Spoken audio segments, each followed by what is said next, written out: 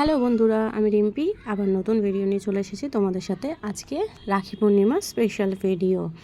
আজকে আমার ছেলে 5 বছর পূর্ণ হওয়ার পরে, মানে 5 বছর পূর্ণ হয়ে যাওয়ার পর প্রথমবার ও রাখি পরতে চলেছে ওর দিদির হাতে।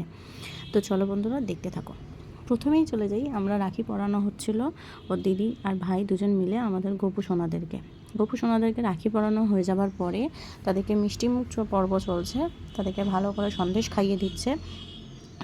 খাইয়ে দিল। একজন গোপুকে খাওয়ানোর পরে আরেকজন গোপুকে সন্দেশ খাইয়ে দিল, দুই দিদি আর ভাই দুজন মিলে। দিয়ে তারপরে দুজন মিলে যথারীতি ঠাকুরকে প্রণাম করে নিচ্ছে। দু ভাই বোন মিলে প্রণাম করে নেওয়ার পর এবার নিজেরা শুরু করবে নিজেদের রাখি উৎসব। তারপরে আবার গোপালকে একটুখানি আদরও করে নিল। দু ভাই বোন মিলে সুন্দর করে গাল ধরে ধরে আদর করে নিচ্ছে। আর আমাদের গোপু সোনাদের ফাইনাল লুক এই দেখো, ওদেরকে সুন্দর করে সাজানো হয়েছে। আজকের দিনে যতই হোক রাখি পূর্ণিমা বলে কথা, ওরাও তো ছোটো ছোটো ভাই, সেজন্য ওদেরকে সাজিয়ে দেওয়া হয়েছে। এখানে মিষ্টির থালায় মিষ্টি সাজিয়ে দেওয়া হয়েছে, তার সাথে সাথে অনেক কিছু কেক দিয়েছে, ফ্রুটে দিয়েছে তার দিদি ভাইকে দেওয়ার জন্য। ভাই দেখতে ব্যস্ত ওগুলোকে, যে কীভাবে দিদি তাকে সাজিয়ে দিয়েছে। রাখি পরার আগেই যথারীতি দুজন মিলে একটুখানি হাত দোলাদলি করে খেলাও হয়ে গেল। তারপরে কী করবে না করবে দুজনে কিছু বুঝতে পারছে না। তারপরে যথারীতি রাখি পরানো শুরু করেছে।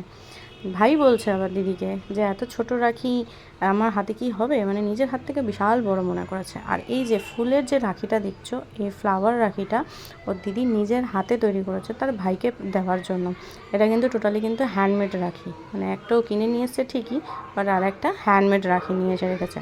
রাখি পড়তে পড়তে আবার দুজন মিলে দিকে তাকাচ্ছে, মানে ক্যামেরার দিকে পোজ দিতে হবে, সেই জন্য একটুখানি হাসি মুখ দিয়ে দিয়েছে, যেহেতু বলেছে সেই জন্য। এবার কোন মিষ্টিটা খাবে সেটা তো বুঝতে পারছি না, কারণ যদিও রাখিটা আমাদের অনেক দেরিতেই শুরু হয়েছে। মানে শুরু করার রিজন হলো 1:30টার পর শুভ সময় ছিল, সেই জন্য দুপুর 1:30টার পর রাখি পরানো হয়েছে।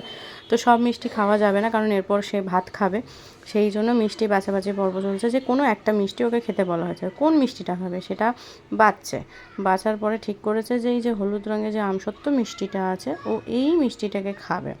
তো ঠিক আছে, তার দিদি তাকে যথারীতি খাইয়েও দেবে, কারণ সে নিজে মানে তস হয়েছিল না কতক্ষণে মিষ্টিটা খাবে।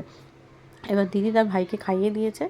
এবার খাওয়াতে খাওয়াতে তো ক্যামেরার দিকে সে তাকাবে না, কারণ কি, সে মিষ্টি খেতে ব্যস্ত।